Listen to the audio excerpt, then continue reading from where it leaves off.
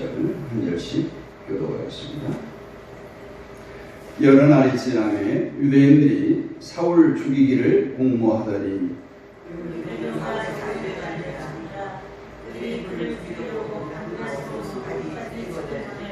그의 제자들이 밤에 사울을 광주리에 담아 성벽에서 달아 내리니라.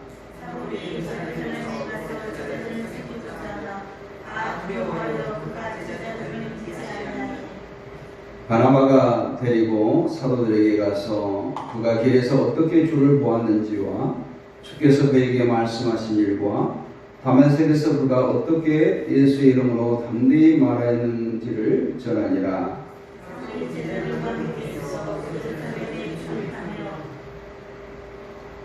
또 주 예수의 이름으로 담대히 말하고 헬라파 유대인들과 함께 말하며 변론하니 그 사람들이 죽이려고 힘쓰거늘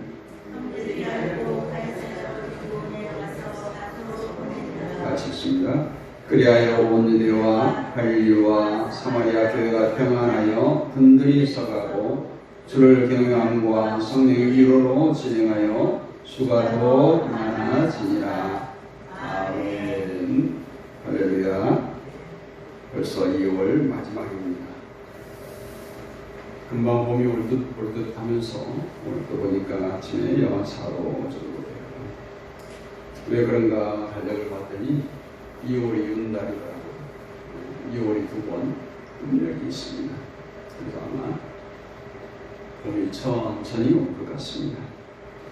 오늘 말씀 보면 잘 되게 하는 성도라는 제목이에요. 무거운 질문 하나 드려보겠습니다. 여러분은 되게 하는 사람입니까? 잘 되게 하는 사람이에요? 나는 되게 하는 사람입니까? 왜 대답을 안 하세요?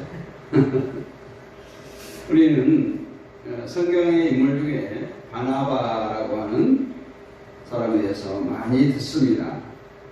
그래서 오늘 바나바라는 사람을 중심으로 오늘 사도행전 9장 내용을 가지고 잘 되게 하는 성도라는 제목으로 은혜를 나누고자 합니다. 먼저 우리 읽은 본문 앞의 상황을 보면 하나님께서 아나니아라고 하는 제자를 통해서 사울을 찾아가라 이렇게 명령하죠. 근데 아나니아가 어떻게 대답합니까? 가지 않겠다 해요. 그 이유가 오늘 9장 13절 보면 이렇게 말합니다. 아나니아가 대답하되 주여 이 사람에 대하여 내가 여러 사람들에게 듣사온즉 그가 예루살렘에서 주의 성도에게 적지 않은 해를 끼쳤다 하더니 여기서도 주의 이름을 부르는 모든 사람을 결박할 권한을 대제사장들에게서 받았나이다. 그런데 주님께서 그런 아나니아의 거절에 대해서 이렇게 말합니다. 주께서 이르시되 가라. 이 사람은 내 이름을 이방인과 임금들과 이스라엘 자손들에게 전하기 위하여 택한 나의 그릇이라. 15절에서 그렇게 주께서 다시 아나니아를 채근하고 있습니다. 그리고 이제 17절에 가서 아나니아가 떠나 그 집에 들어가서 그에게 안수하여 이르되 형제 사울아 주 곧 네가 오는 길에서 나타나셨던 예수께서 나를 보내어 너로 다시 보게 하시고 성령으로 충만하게 하신다 했습니다. 오늘 아나니아라고 하는 이 제자의 모습을 유심히 살펴보면 이전까지 기독교인들을 극도로 핍박하고 박해했던 사울에게 가기를 꺼려했어.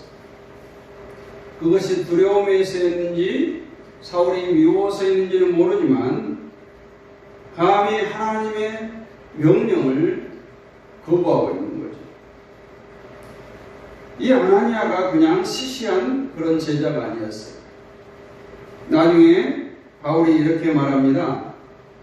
사도행전 22장 12절에서 율법에 따라 경건한 사람으로 거기 사는 모든 유대인들에게 칭찬 듣는 아나니아라고 이렇게 말하고 있어요. 결국 아나니아는 처음에는 사울에 대한 거부감 때문에 거절했지만 나중에는 사울을 찾아가서 안수하고 세례를 베풀고 주님의 뜻에 순종하는 것을 봅니다. 이렇듯 우리가 신앙생활 하다 보면 싫어요 이렇게 했다가 순종하는 사람도 있고, 또 내가 하겠습니다 했다가 안 하는 사람도 있습니다. 복음서에 보면 두 아들에게 포도원에 가서 일을 하라고 아버지가 명령했을 때 큰아들은 네 가겠습니다 하고 딴 길로 갔어요. 작은 아들은 안 가겠어요 하고 나중에 아마 후회를 했든지 어쨌든지 가서 열심히 일하는 장면도 나옵니다. 이처럼 성경에 보면 되게 하는 사람이 있는가 하면 안 되게 하는 사람도 있어요. 또 우리가 세상에서 살아갈 때도 마찬가지고, 우리 교회 안에 공동체 안에도 여러 사람들이 모이다 보면 피스메이커가 있는가 하면 트러블 메이커도 있어요. 가정에서 심지어 부부간에도 마찬가지예요. 한 사람은 열심히 사고를 치고 한 사람은 그 사고를 수습하는 그런 역할을 하는 가정들도 있습니다. 오늘 본문을 보면 하나님의 큰 일을 이루게 될 사울이 이제 주님의 부르심을 받고 이제 하나님의 공동체 가운데 들어왔을 때 일어난 사건, 현상들이에요. 아무도 사울을 인정해 주지 않습니다. 그를 받아들이려고 하지 않아요.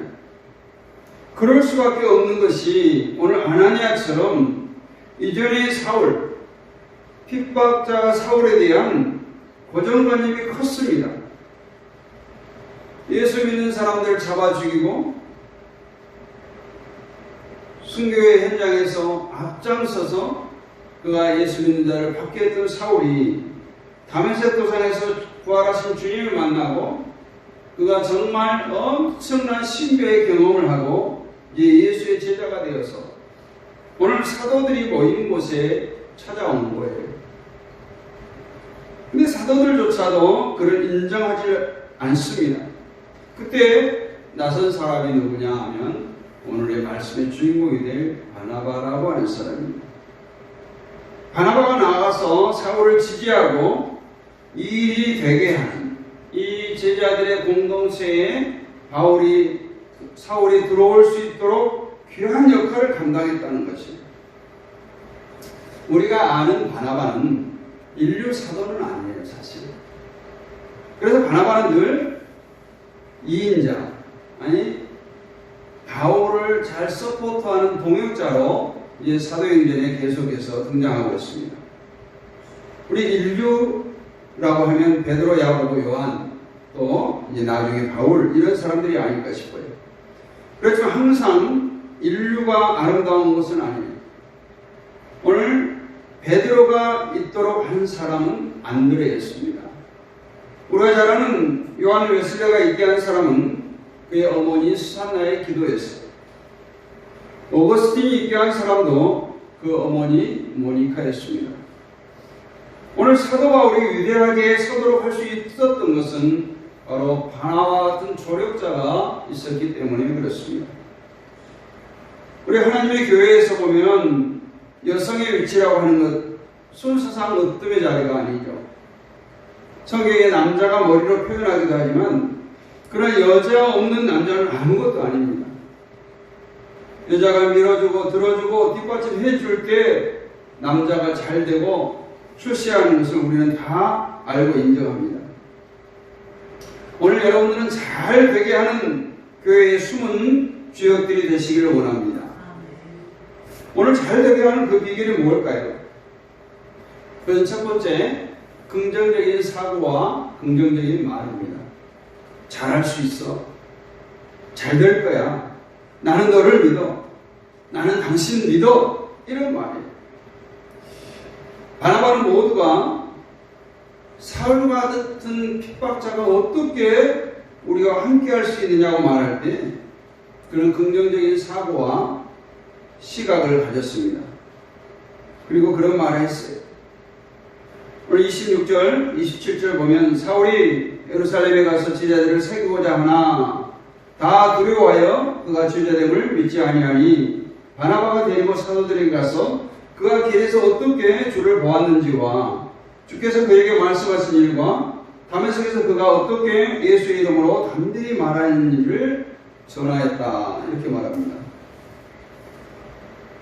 물론 사울이 이전의 삶, 부활하신 주님을 만나기 전 삶은 오늘 바나바뿐만 아니라 거기에 모인 제자들도 다 알고 예루살렘의 많은 성도들도 다 아는 내용이에요. 사울에게 잡히면 죽는다. 이 정도는 알고 있었던 것이죠. 부정적인 발언, 이 부정적인 말은 나도 안 되고 남도 안 되게 하는 거예요. LA 올림픽에서 미국의 육상 선수 메리 데커라고 하는 선수가 있었습니다. 그가 이제 올림픽이 열리기 전에 한 토크쇼에 나와서 이렇게 인터뷰를 한 내용이에요. 근데 그는 늘 그렇게 말했습니다. 나는 운이 따라주질 않아요. 나는 운이 없어요. 운이 따라줘야 하는데 그렇지가 않아요. 그렇게 말하면서 엄청난 압박감에 시달렸어요. 늘 부정적인 생각만 했어요. 습관적으로 내비는 부정적인 말들이 그의 무의식을 지배했던 것입니다. 실제로 그는 올림픽 육상 경기에서 세계적인 기록을 갖고 있었지만 탈락하고 말았습니다. 우리는 그렇게 말하죠. 말하는 대로 된다. 잘하고 있어요. 그러면 우리가 생각을 하고 말해야 돼요. 우리가 긍정적인 생각을 해야 됩니다. 우리 신앙생활은 부정이 아니에요. 신앙생활은 항상 긍정입니다. 됩니다. 할 수 있습니다. 집사님 될 겁니다. 권사님, 사모님 잘 될 겁니다. 그런 긍정적인 말을 늘 해주시길 바랍니다. 그리고 하나님께서 하셨습니다. 하나님께서 꼭 하실 것입니다. 이런 긍정적인 말을 나눴으면 좋겠습니다. 시골 중소도시에서 핫도그를 만들어서 파는 어르신이 있었어요. 그는 귀가 잘 안 들리고 시력도 눈도 잘 보이지 않았습니다. 그러다 보니까 라디오도 못 듣고 TV도 못 보고 신문도 못 보고 어찌 보면 세상과 단절된 그런 삶을 살았던 것이죠. 그런 집 앞에 도로변에 광고판을 세웠어요. 핫도그를 사달라고. 그리고 최선을 다해서 보이며 빵도 크게 잘 만들어서 정말 장사가 잘 되었습니다. 그러던 어느 날 이제 도시에 나가서 대학을 다니던 아들이 돌아와서 아버지에게 말합니다. 아버지, 라디오 듣지 못하셨어요? 신문도 보지 못하셨어요? 지금 세계 경제가 어떤데요? 지금 경기가 곤두박질 치고 있어요. 유럽의 상황은 처참합니다. 미국은 더 나쁘고요. 이 이야기를 들은 아버지가 생각했어요. 그래, 우리 아들은 대학생이고 시대의 흐름에 참 빠른 아들이지. 내가 이렇게 장사했다가는 내가 망할 수도 있어. 그때부터 고기도 줄이고 핫도그 크기도 줄이고 도로변에 세웠던 간판도 하나둘 걷어들이기 시작했어요. 그러자 그의 사업은 하루아침에 망하게 됐습니다. 이 부정적인 생각과 말은 나를 죽이고 내 주위 모두를 안 되게 하는 무서운 적입니다. 그러나 긍정적이고 항상 좋은 면을 보고 잘 될 것이라고 말하는 사람은 자신은 물론이거니와 주위의 모든 사람들도 잘 되게 하는 복된 사람입니다. 두 번째는 격려하는 것입니다. 각박한 현대를 살아가는 모든 사람은 누구나 약해질 때가 있어요. 또 격려와 위로가 필요할 때가 있습니다. 특히 우리 신앙인들은 수없이 넘어지고 다시 일어서기를, 그럴 때마다 주님 손 붙들기를 반복하는 것이 우리 신앙의 길입니다. 가정에서 남편이나 아내로서 또 성도가 서로가 서로를 잘 위로하고 격려하는 것이 바로 오늘 잘 되게 하는 성도의 모습인 줄로 믿습니다. 우리가 프로스포츠 팬들을 보면 엄청난 대가를 지불하면서 치어리더를 고용하고 있죠. 프로농구, 야구, 배구 할 때 보면 경기장에 시끌벅적하게 치어리더들이 응원합니다. 선수가 경기할 때 관중 속에서 그렇게 박수를 치고 환호하고 할 때 힘이 난다고 해요. 히브리서에서 우리의 신앙의 경주를 바라보는 허다한 증인들이라는 말이 나옵니다. 신앙의 경주를 할 때 허다한 증인들이 바라본다는 것은 그들을 격려하고 응원하는 사람들을 말하고 있습니다. 관중이 없으면 선수는 힘이 나지 않습니다. 그동안 코로나로 인해서 선수들이 그런 고백을 해요. 너무 힘이 나지 않는다. 물론 자기 스스로의 힘으로도 하지만 힘이 빠졌을 때, 힘이 없을 때 관중들의 그 응원 속에서 나도 모르게 힘이 솟게 되는데 무관중 경기를 하다 보니까 재미가 없다는 거예요. 신나지 않는다는 거예요. 우리 성도들이 서로 칭찬하고 격려하고 박수해주는 그런 성도들이 되시기를 원합니다. 예를 들어서 좋은 아내란 어떤 아내일까요? 내가 당신에게 시집 와가지고 평생 밥하고 빨래하고 자식들 키우고 이렇게 세월 다 보냈다고 불평하면서 이제 내 생활을 찾아야 되겠다. 이제 내 살림 나 더 이상 못하겠다. 이렇게 하는 사람이 훌륭한 아내겠어요? 이제까지 그 수고가 깡그리 사라지는 거예요. 뭐든지 좀 하려고 하면 발목 잡거나 안 돼, 당신은 안 돼, 전에도 실패했잖아, 이렇게 하면 훌륭한 아내가 될 수 없습니다. 신앙생활도 가정에서 서로가 서로를 격려하지 않으면 잘 할 수가 없습니다. 심지어는 헌금 생활도 못해요. 봉사 생활도 못합니다. 직분 감당도 못합니다.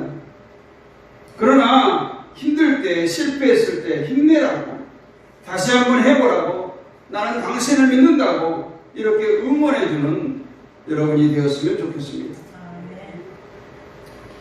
피튼 대학의 교목이었던 팻 패터슨 목사님이 이런 간증을 했어요. 어느 날 프로야구팀에 초청을 받아서 예배를 인도하는데 한 선수가 의기소침해 있는 것을 본 거예요. 그래서 그 선수에게 다가와서 이렇게 말합니다. 내 며느라이가 당신의 열렬한 팬이다. 만약에 내가 당신을 만났다고 하는 이 사실을 알면 내 며느라이가 너무 좋아할 것이다. 그랬더니 선수가 이렇게 말합니다. 무슨 말씀이세요? 나는 오늘 아침 야구를 그만두려고 했어요. 이렇게 말하는 거예요. 목사님은 그 선수의 실력을 칭찬하면서 프로야구에 계속 남아있기를 권유했습니다. 그리고 그를 위해서 늘 기도해 주겠다고 약속했어요. 다음에 그 선수에게서 목사님에게 편지가 왔습니다. 용기를 얻었다는 거예요. 나를 위한 한 팬이 있다는 것을 알고 용기를 얻었다는 것입니다. 그가 필요했던 것은 코치의 지도가 아니라 격려였던 거예요.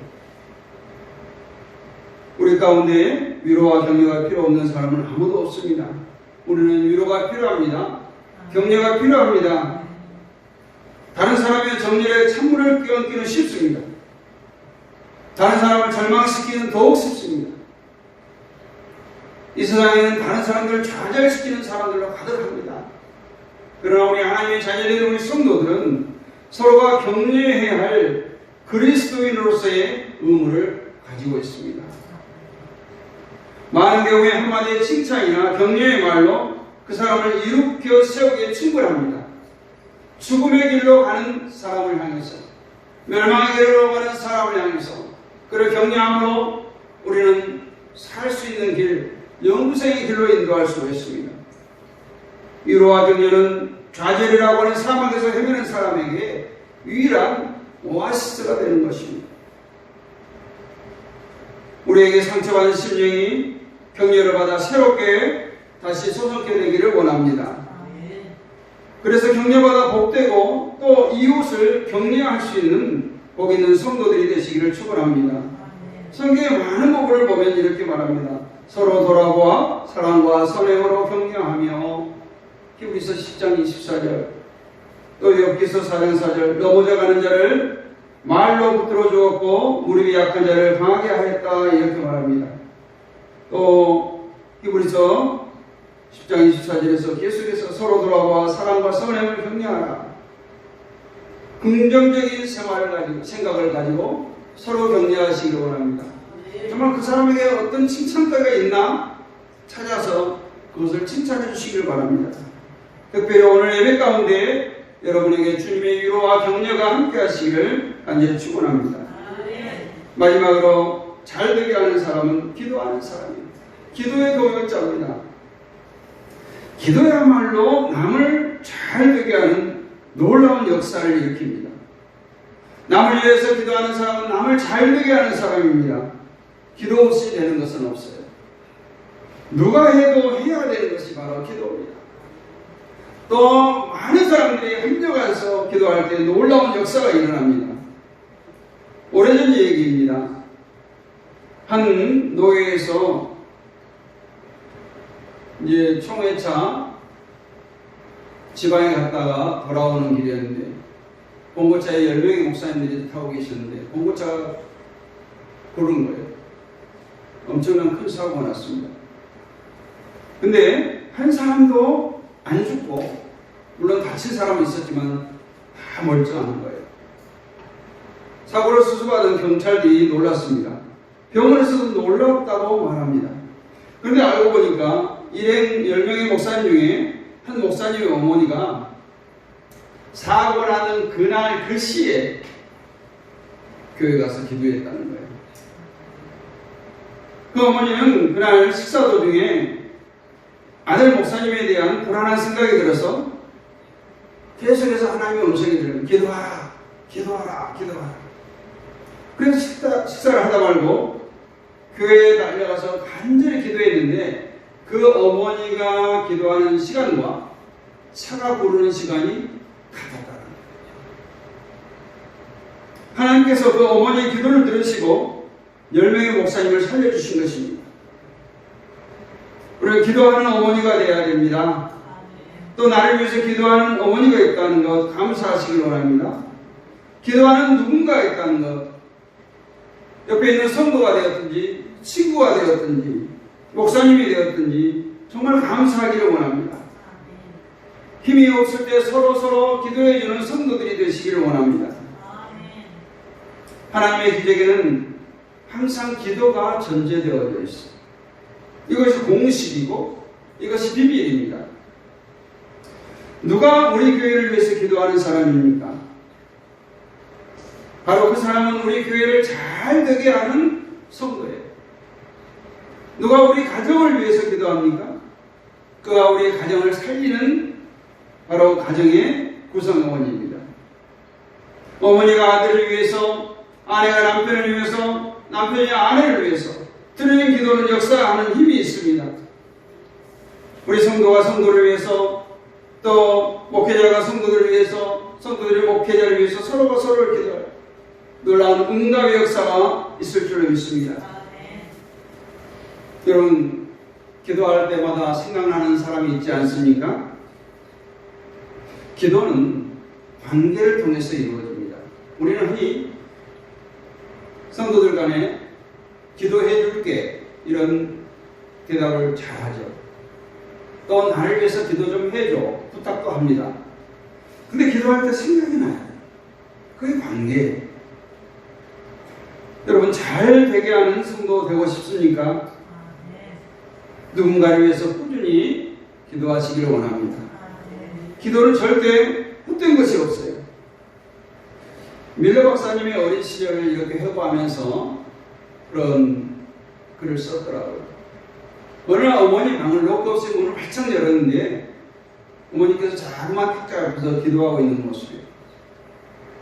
기도를 하는데 자기 이름을 부르면서 그렇게 간절히 기도를 하더라는 거죠. 조용히 문을 닫고 방을 빠져나왔습니다. 그때 그가 느꼈던 감정은 두려움, 존경심 이런 것이었다고 말해요. 그 후로 그는 집을 떠나서 학교로 그리고 고달픈 삶의 생활 속으로 뛰어드는데 그때 힐끗 본 어머니의 기도하는 모습 그리고 기도 중에 부르시던 자기 이름을 결코 잊을 수가 없었다고 고백합니다. 그래서 그가 보았던 그 어머니의 기도 모습은 매일 하루도 빠짐없이 한 번 본 것에 지나지 않고 계속해서 자기 머릿속에 자기 가슴 속에 머물러 있더라는 것이죠. 그래서 인생의 문제마다 삶이 지치고 흔들릴 때마다 어머니의 기도를 떠올리며 이겨냈다고 합니다. 우리가 잘 아는 말씀 야고보서 5장 15절 16절 말씀입니다. 믿음의 기도는 병든 자를 구원하리니 주께서 그를 일으키시리라. 혹시 죄를 범하였을지라도 사하심을 받으리라.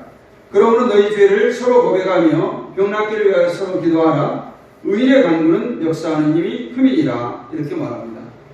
기도는 하나님께 우리의 소원을 탄원하는 거예요. 우리가 세상에서 탄원서를 제출할 때가 있습니다. 억울함을 당해서 탄원할 수도 있어요. 또 그 사람의 사정과 형편이 너무나 애틋해. 그러니까 주변에 많은 사람들이 모여서 연판장을 돌려서 날인을 하고 탄원서를 법원에 냅니다. 그러면 그 탄원서를 보고 많은 사람들이 이 사람을 위해서 탄원을 한다. 정상 참작이 되고 형벌이 감해지거나 면제되거나 이렇게 되는 거예요. 기도는 우리의 사정과 형편을 이렇게 하나님께 탄원하는 거예요. 세상의 법도 탄원서를 받았을 때 정상 참작을 하고 죄를 가볍게 하는데 전능하신 하나님께서 중보자들의 탄원을 들으시고 반드시 응답되어질 것을 믿고 기도하는 여러분 되시기를 원합니다. 오늘 바나바를 생각하면서 은혜를 나누었습니다. 바나바는 그렇게 뛰어난 사도가 제자가 아니라고 했어요. 그러나 바나바는 이제 사도행전 13장 이후에 보면 사울의 신실한 동역자가 됩니다. 사도행전 13장 2절 보면 주를 섬겨 금식할 때에 성령이 이르시되 내가 불러 시키는 일을 위하여 바나바와 사울을 따로 세우라 하시니 이에 금식하며 기도하고 두 사람에게 안수하여 보내니라. 안디옥 교회가 공식적으로 선교사를 파송하는 장면이에요.